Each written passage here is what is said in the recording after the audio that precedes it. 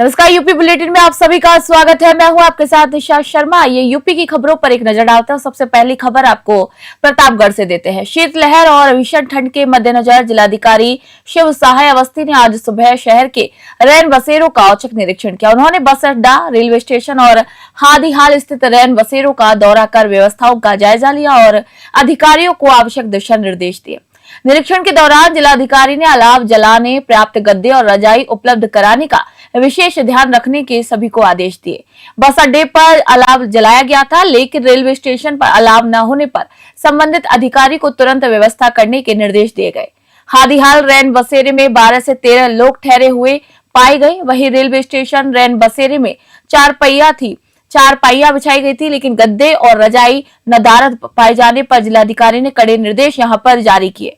अपने निरीक्षण के दौरान जिलाधिकारी ने कई जरूरतमंदों को कंबल वितरित किए और अधिकारियों को आदेश दिए कि ठंड से पीड़ित लोगों की सुरक्षा सुनिश्चित की जाए।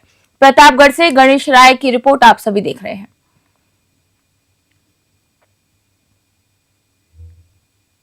जारी किए।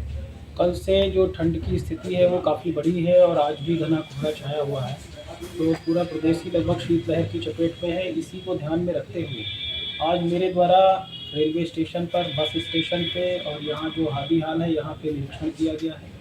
यहाँ पे अलाव की व्यवस्था कहाँ कहाँ पे संचालित हो रही है, कहाँ कहाँ पे नहीं है और उसको किस तरीके से आगे बढ़ाया जाए, इसके लिए हम लोग लगातार फील्ड में निकल रहे हैं। आपने जैसा कि देखा, बस स्टेशन पे एक हमारा रैन बसेरा फंक्शनल पाया गया। साथ ही विश्राम कक्ष में वहाँ पे तख्त तो पड़े हुए थे, लेकिन गद्दे रजाई की व्यवस्था नहीं थी। ऐसे में आरएम को निर्देशित किया गया है कि वहाँ पे गद्दे रजाई की व्यवस्था करें, जिससे उसको भी रैन बसेरे का रूप दिया जा सके। बस स्टेशन पे अलाव जलता हुआ पाया गया, लेकिन रेलवे स्टेशन पे अलाव जलता हुआ नहीं पाया गया। संबंधित को निर्देशित किया गया है कि तत्काल वहाँ पर भी अलाव जलवाने की व्यवस्था करें। और साथ ही यहाँ पे हादीहाल में आप देख रहे हैं, अयोध्या प्रयागराज मार्ग पर ये बहुत ही महत्वपूर्ण रैन बसेरा है, जिसमें महिलाओं और पुरुषों के लिए बेड, गद्दे, तकिया, रजाई इत्यादि की पूरी व्यवस्था की गई है। और मुझे बताया गया कि अब तक लगभग 12-13 लोग इसमें अधिवासित भी हुए हैं। इसका मथुरा से खबर आपको बता रहे, कथावाचक अनिरुद्ध आचार्य द्वारा व्यासपीठ पर पत्रकारों के बारे में अभद्र टिप्पणी करने के बाद जिले में पत्रकारों में गहरा रोष व्याप्त है। आज सैकड़ों पत्रकार हाथों में पट्टी और तख्ती लेकर अनिरुद्ध आचार्य मुर्दाबाद के नारे लगाते हुए जिलाधिकारी कार्यालय पहुंचे। पत्रकारों ने जिलाधिकारी चंद्र प्रकाश सिंह को ज्ञापन सौंपकर कथावाचक के खिलाफ एफआईआर दर्ज करने की मांग की है। जिलाधिकारी ने कहा कि मामले की जांच कर आवश्यक अग्रिम कार्रवाई की जाएगी। आपको बता दें कि कुछ दिन पहले वृंदावन के गौरी गोपाल आश्रम में अनिरुद्ध आचार्य ने कहा था कि पत्रकार मंत्रा का कार्य कर रहे हैं, मेरी हत्या कर सकते हैं, किसी के भी सगे नहीं है और करोड़ों रुपए के में ये बिक जाते हैं। उनके इस बयान के बाद पत्रकारों ने संवैधानिक कार्रवाई की मांग करते हुए शांतिपूर्ण विरोध प्रदर्शन किया है। मथुरा से वेद प्रकाश सारस्वत की रिपोर्ट आप देख रहे हैं।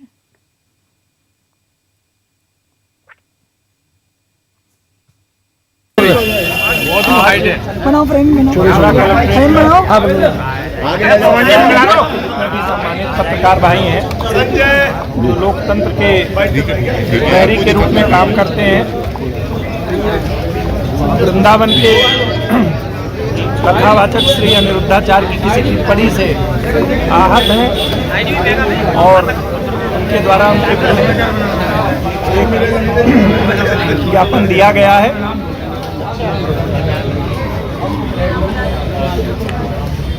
लोकतंत्र में अभिव्यक्ति की स्वतंत्रता है, बट मेरा मानना है कि हर व्यक्ति को क्या बोल रहा है गरिमा का विशेष ध्यान रखना चाहिए। जो ज्ञापन मिला है इस पे सहानुभूतिपूर्वक विचार करते हुए मैं अग्रिम कार्रवाई करूंगा।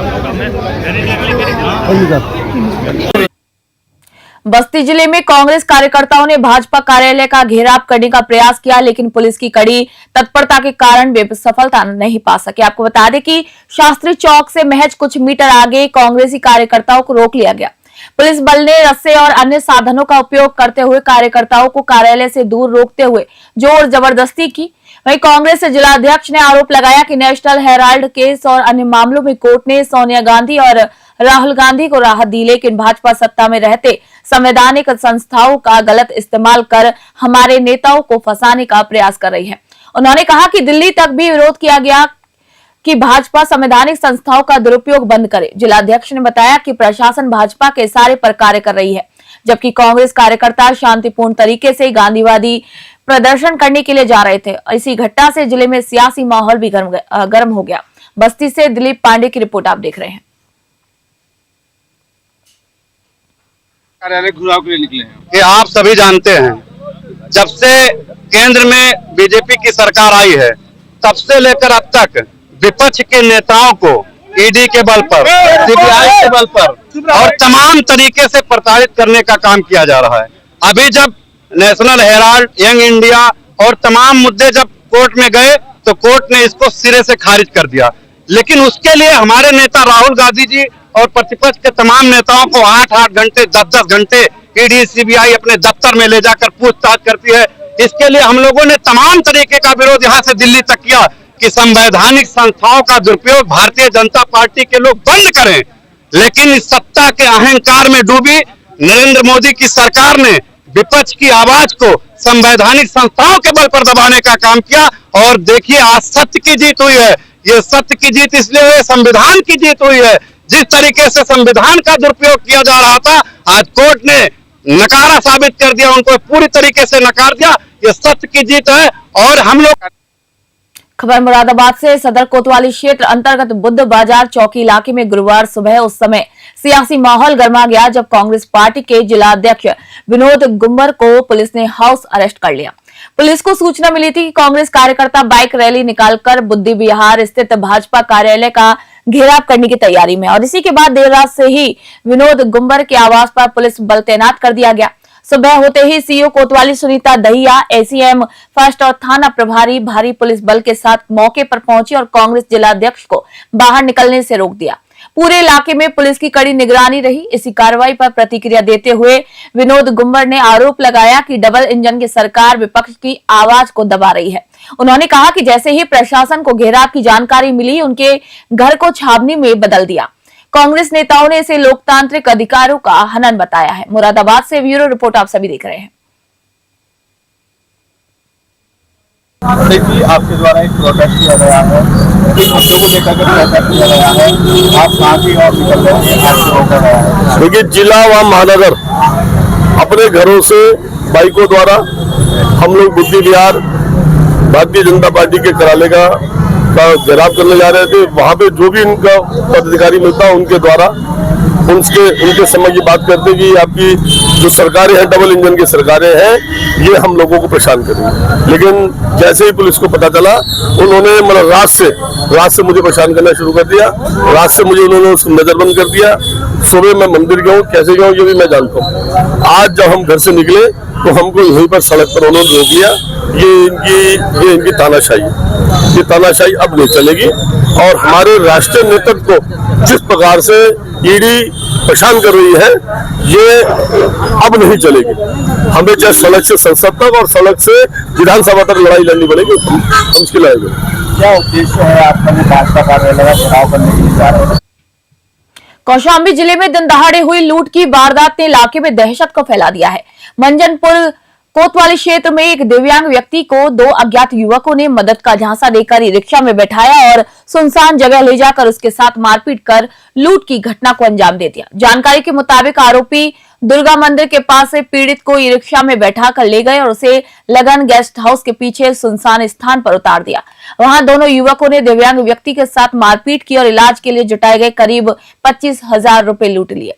घटना को अंजाम देने के बाद आरोपी मौके से फरार हो गए। वहीं पीड़ित की हालत खराब देख राहगीरों ने पुलिस को इसकी सूचना दी। मौके पर पहुंची मंझनपुर कोतवाली पुलिस ने पीड़ित से पूछताछ कर जांच शुरू कर दी है। आसपास लगे सीसीटीवी कैमरों को खंगाला जा रहा है। वहीं पीड़ित ने आरोपियों की जल्द गिरफ्तारी की मांग की है। कौशाम्बी से अरविंद शुक्ला की रिपोर्ट आप देख रहे हैं। घटना हुई है? हमारे साथ साहब घटना हुई है कि हम कल 3 बजे घर से रिश्तेदार के यहाँ उधारी पैसा 25,600 रुपये लेके आज आ रहे थे। दुर्गा मंदिर के पास हमें एक 2 पहिया वाला छोड़ दिया था पासीनार से लाके, और उसके बाद एक रिक्शा वाला हमें बैठाया जा रहा था चौराहा की तरफ, कलश चौराहा की तरफ। तो बैठा के रास्ते में हमें पीछे से, मुझे दोनों आँख का, मैं साहब अंधा हूँ, और मेरे पास जो है 25,600 रुपये रहा, जो कि 25,000 मेरा गेस्ट हाउस के पीछे लाके लगन गेस्ट हाउस के पीछे लाकर मुझे मारे और उसके बाद मेरा 25,000 रुपये छीन लिए। घटना हुई है? हमारे साथ साहब घटना हुई है कि हम कौशाम्बी जिले में सड़क निर्माण कार्य में लगने वाले मेटल की लाखों रुपए की चोरी का संदीपन घाट पुलिस ने सफल खुलासा किया है। पुलिस ने इस मामले में गैर जनपद के 3 शातिर चोरों को गिरफ्तार कर उनके कब्जे से चोरी किया गया मेटल और नकदी बरामद किया है। एसपी राजेश कुमार ने प्रेस कॉन्फ्रेंस में बताया है कि आरोपियों के पास से घटना में इस्तेमाल की गई पिकअप गाड़ी और मोबाइल फोन भी बरामद किया गया है। सभी आरोपियों को जेल भी भेजा गया है। वहीं पीड़ित कौशिक सिंह ने 28 नवंबर को संदीपन घाट थाने में शिकायत दर्ज कराई थी कि रामवन गमन मार्ग पर चल रहे रोड कंस्ट्रक्शन में इस्तेमाल होने वाला मेटल चोरी हो गया है। एसपी के निर्देश पर पुलिस ने अज्ञात के खिलाफ मुकदमा दर्ज कर जांच शुरू की है। वहीं सीसीटीवी फुटेज की गहन जांच के बाद पुलिस चोर गिरोह तक पहुंचने में भी सफल रही। कौशाम्बी से अरविंद शुक्ला की रिपोर्ट आप देख रहे हैं।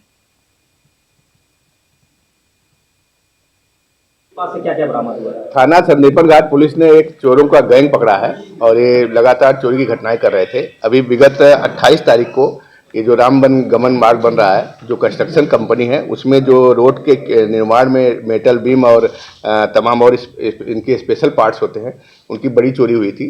28/11 की बात है। इसमें अभियोग दर्ज किया गया था संदीपन घाट में। वही गैंग मिला है, उनका जो भी चोरी गया था सामान पूरा मिला है। और इस गैंग को देखा गया तो सब ये रसूलाबाद कानपुर देहात जनपद के रहने वाले हैं। ये बुलेरो से आते हैं। बुलेरो एक मॉडिफाइड बुलेरो इन्होंने बना रखा है, उसी में इसको चुरा लेते हैं और बड़े महंगे दामों पर कानपुर आदि में इसको स्क्रैप में बेच देते हैं और काफ़ी इससे मुनाफा कमाते हैं। इनके पास से जो चोरी के काफ़ी जो स्पेशल पार्ट्स थे, लोहे के एंगल वगैरह सब बरामद हुए हैं। कुछ कैश रुपया बरामद हुआ है। इनकी पिकअप गाड़ी जो है जिससे वारदात करते थे वो बरामद हुआ है। और अगर देखा जाए तो इनका आपराधिक इतिहास भी है। जो इसमें सुचेंद्र है, जो इस गैंग का लीडर है। हरदोई से खबर आपको बता रहे, शीतलहर के मद्देनजर जिलाधिकारी अनुनय झा ने बुधवार देर रात जनपद के विभिन्न रैन बसेरों और अलाव केंद्रों का आकस्मिक निरीक्षण किया। निरीक्षण के दौरान उन्होंने रैन बसेरों में उपलब्ध सुविधाओं का जायजा लिया और वहां ठहरे लोगों और यात्रियों से सीधे संवाद कर उनकी परेशानियां जानी।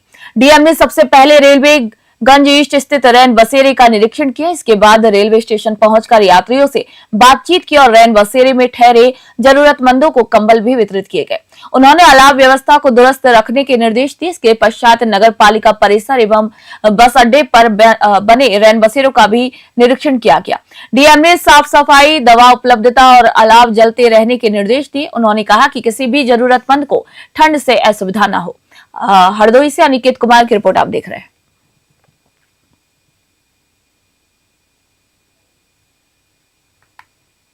खबर बुलंदशहर से आपको बता रहे, राष्ट्रीय एवं प्रदेश नेतृत्व के निर्देश अनुसार भारतीय किसान यूनियन राजनैतिक बुलंदशहर द्वारा राजे बाबू पार्क में मासिक पंचायत का आयोजन किया गया।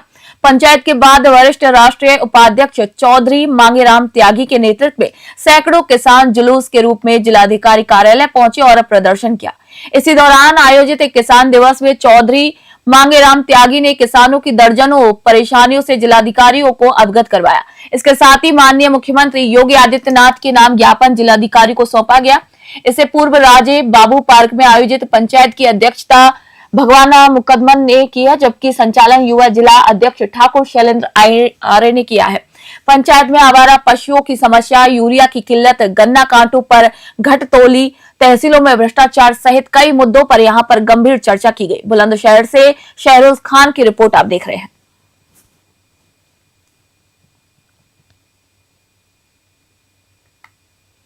मुरादाबाद से खबर, भोजपुर थाना क्षेत्र के सिरसवा दौराहा पर भारतीय किसान यूनियन संयुक्त मोर्चा के पदाधिकारियों ने विभिन्न मांगों को लेकर प्रदर्शन किया। ये प्रदर्शन संगठन के राष्ट्रीय अध्यक्ष नरेश चौधरी के नेतृत्व में आयोजित किया गया। किसान नेताओं ने मौके पर पहुंचे तहसीलदार को ज्ञापन सौंपते हुए समस्याओं के शीघ्र समाधान की यहां पर मांग की। ज्ञापन में प्रमुख रूप से धार्मिक स्थल सिरसवा दौराहा दरगाह के पास बिजली के पोल न लगाए जाने की मांग रखी गई। इसके साथ ही बेरखेड़ा चक स्थित धान क्रय केंद्र पर सूरज गुप्ता द्वारा कथित धांधली का आरोप लगाते हुए उन्हें हटाने की भी मांग की गई। ग्राम पंचायत महेशपुर खेम भगतपुर में रास्ते पर ट्रैक्टर ट्रॉली से मिट्टी डालने को लेकर चल रहे विवाद के समाधान की भी मांग उठाई गई।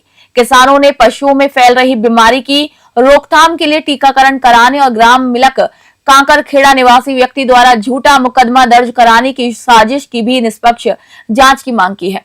मुरादाबाद से ब्यूरो रिपोर्ट आप सभी देख रहे हैं। विरोध जताया है, आज क्या मामला था? आज किसानों की यहाँ 2-3 मांगे थी, उसको लेकर के हम लोगों ने यहाँ विरोध प्रदर्शन किया है। एक बिजली विभाग के खिलाफ थी, दूसरा जो धान के जो क्रिया केंद्र लगे हैं वहाँ किसानों की जो तोल है वो हर रोज विधि पूर्वक नहीं हो रही है। किसानों का उत्पीड़न वहाँ हो रहा है। कौन सी वैरायटी लेनी है, कौन सी नहीं लेनी है, इसमें भी वो लोग सवाल खड़े करते हैं। तो ये बड़ी विडंबना है। किसानों को परेशान करने का काम यहाँ अधिकारी करते हैं। यहाँ अभी जो अधिकारी हमारे बीच में आए, एक तो बिजली विभाग से जो भी अधिकारी हमारे बीच आए, उन्होंने अपनी गलती को माना और अपने मैप को चेंज करने का उन्होंने वादा किया और उस खंबे को जहाँ गाड़ना था, जहाँ लाइन को खींचना था, वहाँ से उन्होंने हटा करके दूसरी जगह वो लोग ले गए हैं। ये किसानों की मुख्य मांग थी यहाँ की, और धानों को लेकर के थी। तीसरा एक जो किसानों की खतौनियों में जो अंशों में गड़बड़ जाला इन्होंने फैलाया है, उसको ये ठीक करके नहीं दे रहे हैं बार बार। अलीगढ़ से खबर आपको बता रहे, तहसील इकलास के गांव बिचौला में पिछले 5 वर्षों में विकास कार्य ठप होने से ग्रामीणों में रोष व्याप्त है। टूटी नालियां, खस्ताहाल सड़कें और 2 पोखरों में पानी की अनुपलब्धता से किसानों की फसल बर्बाद हो रही है। कंचन कचरा केंद्र में कचरे का ढेर लगा है और सफाई की कोई व्यवस्था नहीं है। गांव के प्राइमरी स्कूल में हेड मास्टर योगेंद्र पाल सिंह नशे में पाए गए, जबकि प्रधानाध्यापक गांजा पीते हुए मिले। बच्चों ने बताया कि प्रधानाध्यापक उनसे सिगरेट मांगते हैं। आंगनबाड़ी केंद्र में भी गंदगी के ढेर और ध्वस्त शौचालय मिले हैं। पंचायत घर में घटिया सामग्री का इस्तेमाल किया गया है। वहीं मरघट और बारात घर जैसी मूलभूत सुविधाएं गायब हैं। वृद्धों और महिलाओं को पेंशन योजना का लाभ नहीं मिल रहा। वहीं ग्रामीणों ने प्रधान विद्या देवी के खिलाफ मुर्दाबाद के नारे लगाते हुए मीडिया कवरेज में विकास की गंभीर अनदेखी और निधि में कथित गड़बड़ी का आरोप लगाया है। अलीगढ़ से योगेश उपाध्याय की रिपोर्ट हम आप सभी को दिखा रहे हैं।